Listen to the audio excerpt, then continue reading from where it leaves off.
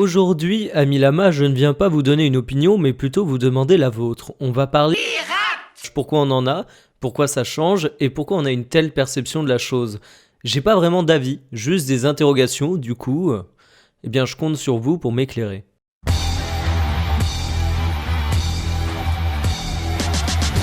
Jamais je volerai une voiture, absolument jamais, j'en suis sûr. Bah non plus, non, pas de sac, non, je ne vole pas des sacs, merci. Alors, une télé à la limite, j'avoue, hein, je suis un peu un délinquant. Un film, bah non, de toute façon les vidéoclubs il y en a plus là monsieur, il faut se mettre à l'époque. Hein. Télécharger, oui, des films, oui, pirater. Ah mon dieu, télécharger des films piratés c'est du vol. Et c'est puni par la loi, oh putain. Oh, heureusement qu'ils mettaient ça au début des DVD. Oh putain. Ah j'étais pas au courant. Ouais non, mais merci, je note. Vous avez remarqué à quel point le piratage est mal vu dans le milieu du gaming? Honnêtement, à chaque fois que j'ai obtenu un jeu par ces biais, je l'ai assumé dans mes vidéos. C'était pas souvent, mais j'ai toujours eu l'occasion de me prendre une ou deux remarques. Alors on va pas parler de moi, ma personne on s'en branle, mais c'est pour montrer à quel point c'est tabou. Et je dis pas que ce tabou est bon ou mauvais, mais honnêtement, je le comprends pas et j'aimerais bien qu'on me l'explique. Aujourd'hui, il n'y a rien de tabou à télécharger des séries, des films et des musiques, c'est même quasiment devenu la norme pour une bonne partie des Français. Alors, qu'est-ce qui fait que pour le jeu vidéo, ça soit pas la même chose? Je me suis posé la question et j'ai quelques pistes de réflexion. Alors, la première chose, c'est que le jeu vidéo tire son seul revenu des ventes de jeux. Le cinéma, on peut toujours se déculpabiliser en disant que les entrées ciné compensent le piratage. Pour la musique, on a les concerts. Le jeu vidéo, vous vous attaquez directement à la seule source de revenus des créateurs. Donc effectivement, c'est un acte qui est plus dommageable. Alors 2, c'est l'offre légale. Quand le piratage a commencé côté musique, film, série, il faut avouer une chose, c'est que l'offre légale était pitoyable. Qu'on soit clair, même en 2010, en fait, c'était plus simple pour un pirate de mater une série que pour un mec qui était prêt à sortir sa carte bancaire. Dans le jeu vidéo, on n'a jamais eu ce problème d'offre légale, ou du moins à une mesure bien moins importante. Le piratage, ça concerne surtout le PC, et sur le PC, Steam a offert très tôt un bon moyen de se fournir facilement des jeux dématérialisés. D'ailleurs, j'en parlais avec Tariq, le piratage n'est pas du tout perçu de la même manière en Algérie. Il est complètement banalisé et je pense que c'est justement à cause de ce déficit d'offre légale. Bon, je crois que j'ai deux arguments solides expliquant cette réticence envers le piratage. Par contre, j'en ai un qui compense les créateurs. C'est-à-dire que quand j'achète un album, en général c'est un geste de soutien, je me sens limite grand seigneur et je fais ça dans l'optique d'un don plus qu'autre chose. J'ai envie de soutenir l'artiste car je me reconnais en lui, j'aime son taf, bref je veux l'encourager. Dans le jeu vidéo c'est plus compliqué, difficile de lier l'achat d'un jeu vidéo à la volonté d'encourager une personne. Les gens connaissent pas les créateurs dans le jeu vidéo. Et pour cause... quelques exceptions mises à part, ils sont pas mis en avant ces mêmes créateurs. Du coup, j'ai l'impression que ça peut éventuellement renforcer le sentiment d'impunité.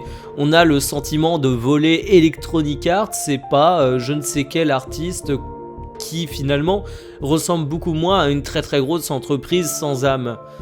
De toute façon, qu'on soit clair, le piratage est en train d'évoluer. Canard PC en a fait un dossier, et pour faire court, les techniques de protection évoluent à une vitesse folle. Des jeux comme Just Cause 3, FIFA 16 ou Rise of the Tomb Raider posent de gros problèmes aux teams de pirates.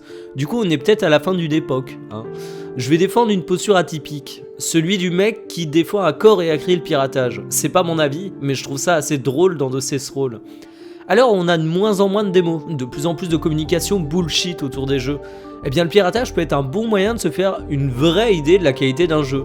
D'ailleurs certaines teams de hackers l'ont bien compris et mettent un message du style « Achetez le jeu si vous l'avez bien aimé ». J'ai trouvé ça assez hallucinant, mais finalement ça se défend et ça montre qu'il y a peut-être autre chose qu'une simple envie de voler derrière ce piratage. Parce que c'est quand même trop facile de dire c'est tout blanc ou c'est tout noir, non ? Et que dire du fait qu'avec les DRM, on joue parfois dans de meilleures conditions sur des jeux craqués que sur des jeux légaux. Moi je trouve ça assez ouf et quand je vois ça, j'ai juste envie de pirater un jeu. Enfin, l'avis sur le piratage me fera toujours un peu rire. Quand j'étais jeune et sans thune, j'y voyais une formidable opportunité. Maintenant j'ai moins de temps et plus d'argent et ça me viendrait plus à l'idée de pirater des jeux. Alors je sais, le « j'ai pas d'argent » c'est un argument souvent bidon, mais il est pourtant bien réel. Et honnêtement, pour dissuader le piratage, pourquoi on n'essaierait pas la carotte plutôt que le bâton ? Je suis sûr que plein de joueurs ont acheté The Witcher 3 par rapport au discours de CD Projekt. Discours qui est respectueux, et les joueurs aiment bien souvent ce studio. A contrario, quand t'as fait la version PC d'un Assassin's Creed avec des DRM à la con, eh bien t'as vite fait de te dire qu'ils mériteraient peut-être 1 ou 2 piratages de leur jeu. Du coup, je me pose cette question, est-ce qu'on n'est pas complètement con sur le débat du piratage dans le jeu vidéo? C'est un débat qui se pose finalement même pas dans les autres médias, ou presque, malgré l'évolution par exemple de l'offre légale. Bah oui, maintenant on a Netflix, c'est super facile de regarder une série légalement, mais malgré tout, j'ai pas l'impression d'être jugé quand je vais dire à un pote « Hey, j'ai téléchargé la dernière saison de Game of Thrones, qu'est-ce que tu en penses ?» Et pour le jeu vidéo, il y a toujours ce problème. Alors qu'on soit clair, cette vidéo n'a pas pour but de vous encourager à pirater, très loin de là. Il faut savoir que ça a des conséquences catastrophiques pour pas mal de studios, notamment indépendants, et que finalement, le piratage, c'est quelque chose qui a des grosses répercussions sur l'industrie du jeu vidéo. C'est-à-dire que pas mal d'éditeurs vont se dire « Si je sors ma version PC en même temps que ma version console, je vais peut-être me faire pirater massivement, alors... » Ouais non, la version PC, je vais peut-être un peu la délaisser. Le piratage fait du mal à la perception du PC. Et finalement, à chaque fois que vous encouragez, à chaque fois que vous piratez un jeu, je pense pas que vous encouragez le marché du PC. Au contraire, je pense que vous lui faites beaucoup de mal. Plus qu'à l'éditeur, c'est le marché du PC que vous pouvez toucher. Donc voilà, la prochaine fois que vous serez tenté de pirater un jeu, réfléchissez à ça. En attendant, vous l'aurez bien compris, cette vidéo un peu bordélique, écrite au début mais impro sur la fin, me pousse simplement à vous poser cette question. Pour vous, pourquoi le piratage est mal vu dans le jeu vidéo? Et est-ce que vous le voyez mal, vous? Parce que peut-être que vous avez une vision totalement banalisée du piratage, peut-être que pour vous c'est quelque chose qui n'est pas grave du tout et qui est au même plan que la musique et les séries. Moi, j'ai pas cette impression. J'ai quand même l'impression que c'est plus tendu dans le jeu vidéo. Donc voilà, est-ce que je me plante? Quel est votre avis? J'attends vos retours comme d'habitude. J'espère que vous serez nombreux en commentaire à m'offrir un avis argumenté et constructif. Voilà, sur ce, je vous dis à... Oh, et puis merde, je vais quand même ajouter un petit mot avant la fin de cette vidéo. Je joue souvent sur l'ambiguïté du mot vol, et j'ai pour bon espoir de me faire corriger en commentaire. Pourquoi? Car le piratage, ce n'est pas du vol. Quand on pirate un film, un jeu ou une série, on ne prend pas l'objet à quelqu'un, on utilise simplement une copie. Le vol, c'est la soustraction frauduleuse de la chose d'autrui si vous vous fiez aux définitions. Or, quand il y a piratage, il n'y a pas soustraction. Le piratage, c'est un manque à gagner que de grandes industries ont fait passer pour du vol à travers une gigantesque campagne de lavage de cerveau qui a décidément merveilleusement bien opéré. Alors que vous soyez contre ou pour le piratage, n'oubliez pas que ce n'est pas pour autant du vol.